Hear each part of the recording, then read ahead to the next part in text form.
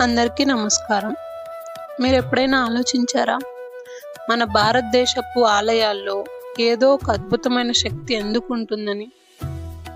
గుడి ప్రాంగణంలో అడుగు పెట్టగానే మన హృదయం ఎందుకు ప్రశాంతమవుతుంది? గంట శబ్దం విన్నప్పుడు మన మెదడు ఎందుకు నిర్మలమవుతుంది? గర్భగుడి ముందు నిలబడితే ఎందుకు ఒక అదృశ్య శక్తి మనల్ని తాకినట్టు అనిపిస్తుంది? ఇది కేవలం విశ్వాసమా? ఇది భక్తుల భావన, లేక దీని వెనుక అసలు విజ్ఞాన రహస్యం ఏమైనా దాగి ఉందా?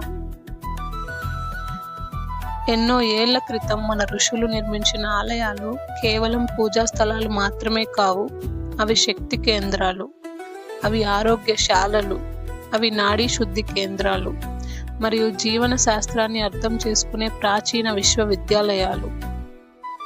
ఈరోజు మనం తెలుసుకోబోతున్నది ఆలయాల వెనుక దాగి ఉన్న శాస్త్రం, ప్రతి ఆచారంలో దాచిన విజ్ఞానం, గర్భగుడి, ధ్వజస్తంభం, శంఖం, గంట, ప్రదక్షిణ, వీటి వెనుక ఉన్న నిజమైన సైన్స్.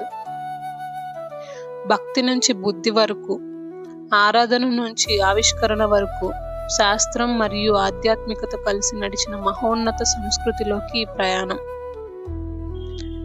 ఈ అద్భుత రహస్యాలను తెలుసుకోవడానికి మీరు సిద్ధంగా ఉన్నారా?